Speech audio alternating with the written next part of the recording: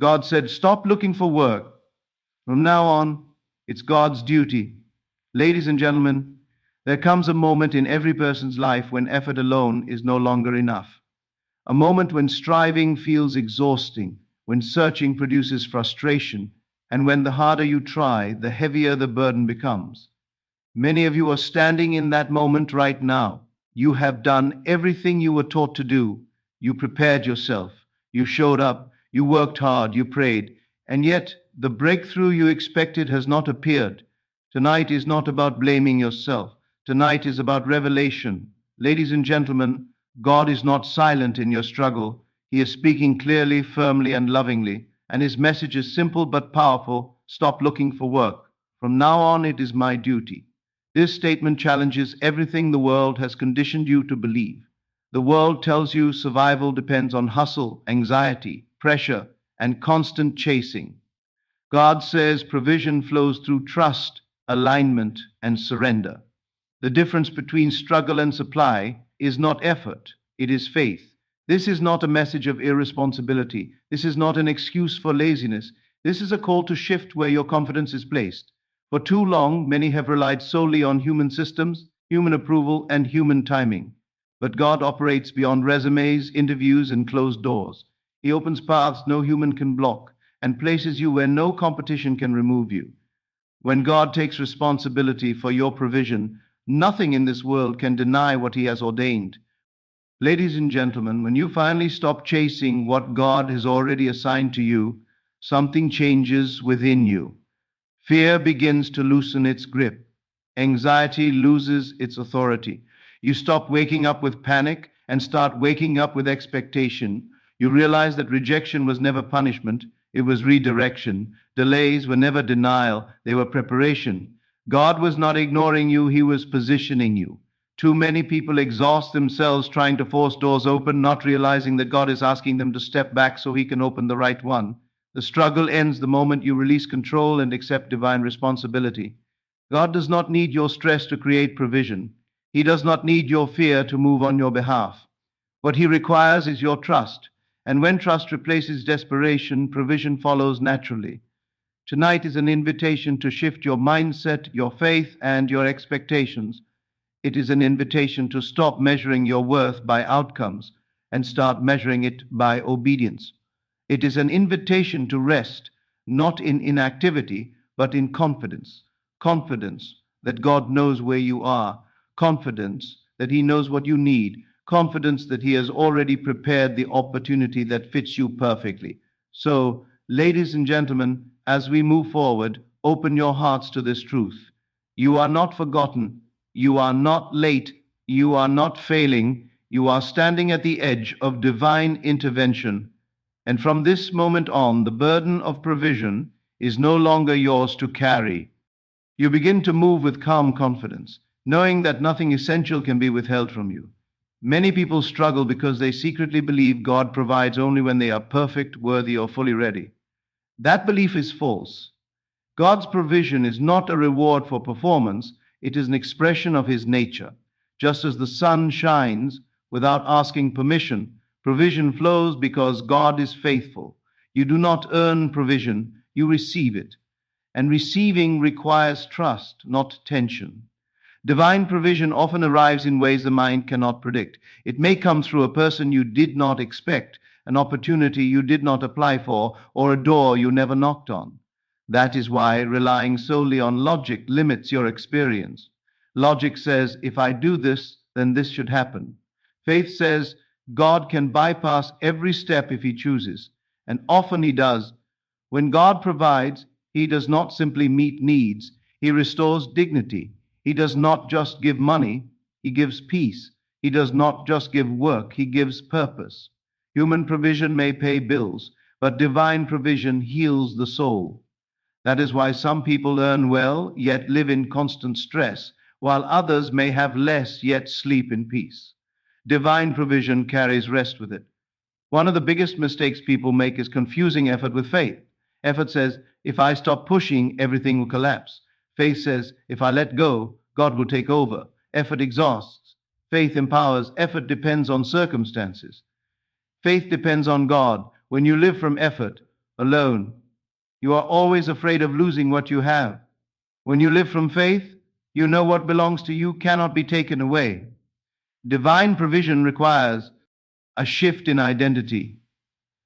You must stop seeing yourself as someone trying to survive and start seeing yourself as someone supported by God.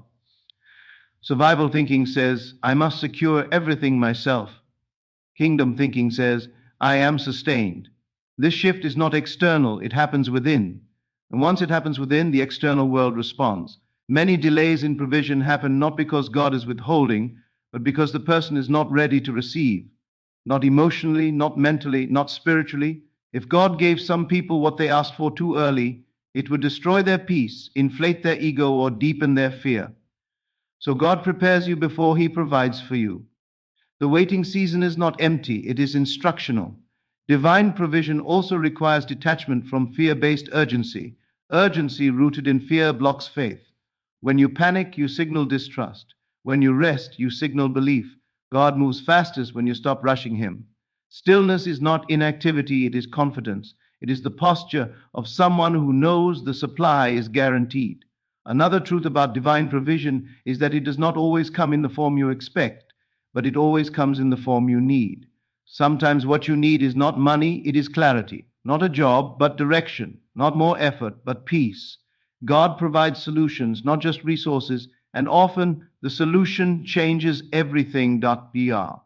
When you truly believe divine provision is real, you stop speaking lack. You stop declaring fear. You stop rehearsing worst case scenarios. Your words change because your belief has changed. You no longer say, I don't know how this will work. You say, it will work because God is involved. Language follows B. Belief and belief shapes reality. Divine provision also teaches you patience without passivity. You remain open, prepared, and faithful, but not desperate. Desperation repels provision, expectation attracts it. God responds to faith that is calm, steady, and rooted. When you act as though provision is uncertain, you live in stress. When you act as though it is assured, you live in peace. At some point, you must decide what voice you trust more, fear or faith. Fear says, what if nothing happens? Faith says, something is already happening. Fear focuses on what you see. Faith focuses on what God promised. Divine provision begins the moment faith becomes louder than fear. God does not need perfect conditions to provide. He does not wait for the economy to improve, for people to approve you, or for circumstances to align. He creates alignment. He specializes in impossible situations because that is where his power is most visible. When provision arrives in unlikely ways, it leaves no doubt who was responsible. Divine provision is not distant. It is not reserved for a few. It is active, present, and available now. The only thing required is trust, not partial trust, not conditional trust, full trust. The moment you release the belief that you are alone in this, you step into a higher order of support. God has always been providing. You are simply waking up to it now. Release the burden of effort. The burden you have been carrying was never meant to be yours. It did not come from God. It came from fear, conditioning, and the belief that if you stop pushing, everything will fall apart. Many people are exhausted not because life is heavy, but because they are trying to do God or activity. They think being tired means they are doing something right. But exhaustion is often a sign of misalignment. God does not lead through pressure, He leads through clarity. When you are aligned, you still work, but you are not drained. You move forward without inner resistance. Releasing the burden of effort allows you to act from inspiration instead of desperation. One of the hardest things to release is the fear of missing out. You worry that if you stop pushing, someone else will get ahead, the opportunity will pass, or time will run out. But what is meant for you is not racing against you. Divine provision does not operate on competition, it operates on assignment. No one can take what God has reserved for you. When you believe this, urgency dissolves and trust takes its place. The burden of effort also shows up as self blame. When things don't work out, you assume you did something wrong. You think you should have tried harder, known better, or acted sooner. But not every delay is your fault. Some delays exist to protect you, to refine you, or to redirect you. Releasing the burden of effort means releasing the need to constantly judge yourself. God never asked you to figure everything out. He asked you to trust. Trust is not passive, it is active dependence. It is choosing to believe even when you cannot see the outcome. When you trust, you stop forcing solutions and start allowing answers to emerge. Many breakthroughs arrive not when you push harder, but when you finally rest. Releasing effort also requires letting go of comparison. Comparison fuels pressure because it convinces you that you are behind. But God does not measure your progress against some. You do not become careless, you become guided. You still move, but you are led. You still act, but you are not driven by fear. You become responsive instead of reactive. That is where peace lives. At some point, you must choose rest over resistance. You must decide that trusting God is safer than exhausting yourself. The burden was never yours. The moment you let it go, you will feel it. Lightness, clarity, and a quiet assurance that everything is unfolding exactly as it should. Faith over frustration. Frustration is what happens when expectation and fear collide. You believe something should have happened by now, yet reality looks unchanged. That emotional tension creates pressure, impatience, and eventually doubt. Faith, however, operates on a different frequency. Faith does not demand immediate evidence.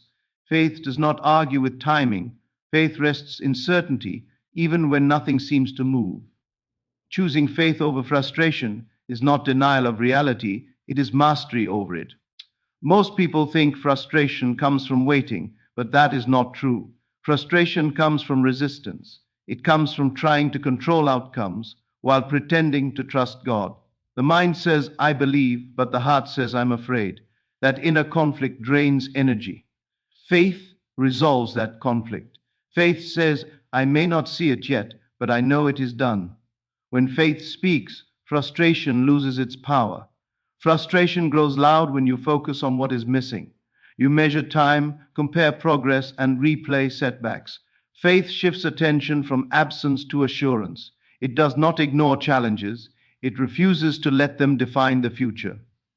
Faith understands that delay is not denial and silence. It's not absence. God is often doing his deepest work when it feels like nothing is happening. One of the most dangerous effects of frustration is that it makes you reactive. You start forcing decisions, accepting lesser options, or abandoning what you once believed. Many people settle not because God failed, but because frustration wore them down. Faith protects you from settling. It anchors you to truth when emotions try to pull you off course. Faith is calm. That calmness is not weakness, it is strength under control. When you are calm, you can hear divine guidance clearly. Frustration creates noise. It floods your mind with urgency, fear, and self doubt. In that noise, discernment disappears. Choosing faith over frustration restores clarity. You stop making fear based decisions and start moving with wisdom. Frustration often convinces you that you are running out of time. Faith reminds you that timing belongs to God. God is not rushed and he is never late. What feels delayed to you is often perfectly timed for growth, protection, and alignment. Faith trusts timing even when the clock feels loud. Another root of frustration is attachment to how things should happen. You form a mental picture of the path, and when reality deviates, frustration sets in. Faith releases the how. Faith understands that God's methods are higher than human logic. When you release control over the process, peace returns even before results appear. Faith does not require constant reassurance. It does not need signs every day to survive. Frustration, however, is hungry for proof. It demands evidence now. Faith says, even without proof, I trust. That trust creates emotional stability. You stop riding emotional highs and lows based on circumstances. Choosing faith over frustration also means guarding your inner dialogue. What you say to yourself during waiting seasons matters. Frustration says, nothing is working. Faith says, something is aligning. Words shape perception. When perception changes, experience follows. Faith based language sustains you when results are slow. Faith also frees you from self blame. Frustration often turns inward, making you question your worth, your choices, and your competence. Faith reminds you that growth includes pauses, mistakes, and redirection. You are not failing, you are becoming. Frustration sees stillness as stagnation, faith sees it as preparation. There is a quiet confidence that comes with faith. It does not announce itself loudly, it does not compete, it does not rush. It simply knows. That knowing becomes your anchor. When others panic, you remain steady. When circumstances shake, you remain grounded. That steadiness attracts solutions and opportunities because calm sees what chaos cannot. Faith over frustration also means resisting the urge to constantly check progress. Constant checking reinforces doubt. It says, I don't trust the process. Faith allows things to unfold without interference. Many breakthroughs are delayed because people keep pulling at what needs time to grow. Frustration often pushes people to abandon faith entirely. They say, I tried believing and nothing happened, seeing that you do not see the full picture. When you try to force timing, you step outside of alignment. Forced outcomes may arrive quickly, but they rarely last. What God brings in His time comes with stability, peace, and sustainability. God's timing is not slow, it is exact. Exact for your emotional maturity, exact for your discernment, exact for your ability to handle success without losing yourself. When the timing is right, you will not have to struggle to make things work. Flow replaces force. Waiting seasons refine character. They expose impatience, fear, and hidden attachments. God uses time to shape you, not just to test you. Every season has a purpose, even the quiet ones. Timing teaches you to listen instead of rush. There is a difference between waiting and stagnation. Waiting is active trust, stagnation is fear. When you wait with faith, you remain open, aware, and responsive. God often speaks most clearly during waiting seasons because distractions are reduced. Timing also reveals motives. When you wait, you discover why you want what you want. Is it for validation, escape, or purpose?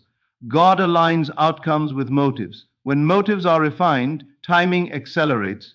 Many people miss divine timing because they are too busy trying to control outcomes. Control interferes with alignment. Surrender restores it. When you let go of the timeline, God takes over the orchestration. God's timing also includes endings. Some things must end before new things begin. Holding on to old chapters delays new ones.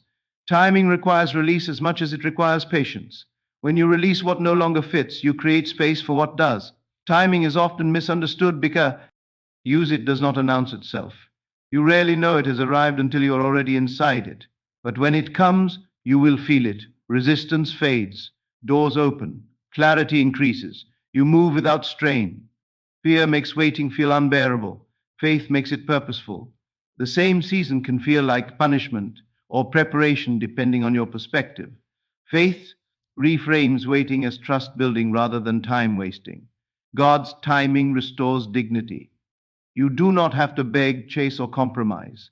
What arrives at the right time honors who you are becoming. Rushed blessings often come with regret. Timed blessings come with peace. There are moments when timing accelerates suddenly. Long periods of stillness are often followed by rapid movement. This is not randomness. It is readiness meeting opportunity. When alignment is complete, progress feels effortless. Timing also teaches discernment. You learn when to move and when to pause. You stop reacting emotionally and start responding wisely. This discernment protects you from distractions that look good but are not meant for you. When you trust God's timing, you stop living in anxiety about the future. You become present. Presence sharpens awareness. Awareness reveals opportunities that impatience would overlook. God's timing is always working in your favor, even when it contradicts your plans. What feels late is often right on time. What feels lost is often being replaced with something better aligned. You are not waiting because God forgot you. You are waiting because He is preparing something that fits you perfectly. Timing is not about delay, it is about design. When you release the demand for immediacy, peace returns. And peace is often the clearest sign that timing is unfolding exactly as it should. Position yourself in alignment. Alignment is not about forcing outcomes. It is about becoming the kind of person who naturally receives what God has already ordained. Many people pray for provision, opportunity, and breakthrough, but they remain internally misaligned. They want change in circumstances without change in posture. God does not respond to desperation, He responds to alignment. Alignment begins internally. Before anything shifts outwardly, something must settle inwardly. Your thoughts, emotions, beliefs, and expectations must come into harmony with truth. When there is internal conflict, faith mixed with fear, trust mixed with control, movement slows. Alignment removes resistance. When resistance is gone, flow begins. One of the clearest signs of misalignment is chronic anxiety. Anxiety signals that you are trying to manage what was never meant to be managed by you. Alignment replaces anxiety with peace, not because everything is solved, but because you are no longer carrying the outcome. Peace is not passivity, it is correct positioning.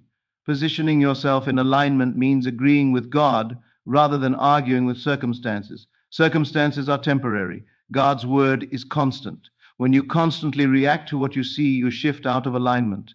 When you respond based on faith, alignment is restored. Agreement precedes manifestation.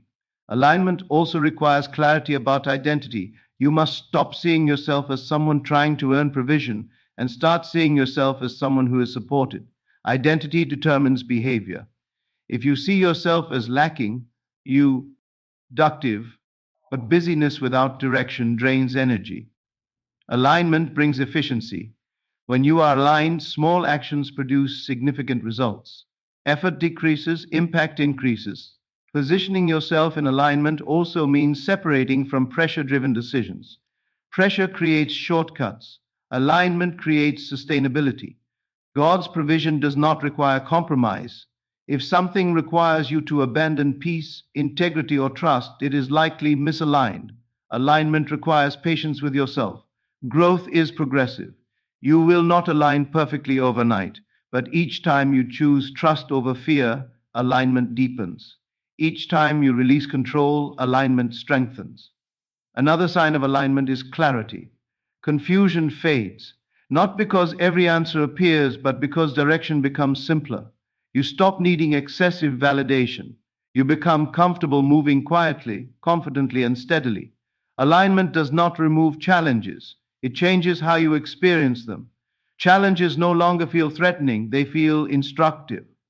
You stop asking, "Why is this happening?" and start asking, "What is this teaching me?" That shift restores power. God often waits for alignment before releasing provision because misaligned blessings create stress. Aligned blessings create stability. When alignment is complete, what arrives fits not just your needs but your capacity. Alignment also means trusting that you are where you need to be right now. Resistance to the present moment blocks alignment. Acceptance opens it. Acceptance is not resignation, it is readiness. As alignment deepens, fear loosens its grip. You no longer feel rushed or behind, you feel guided. Guidance brings peace, and peace sharpens awareness. Positioning yourself in alignment is an ongoing practice. It is choosing trust daily. It is releasing control repeatedly. It is returning to peace whenever fear tries to re enter. When alignment is present, you do not chase, you attract. You do not force, you allow. You do not panic, you trust. And in that position, provision flows naturally, consistently, and purposefully.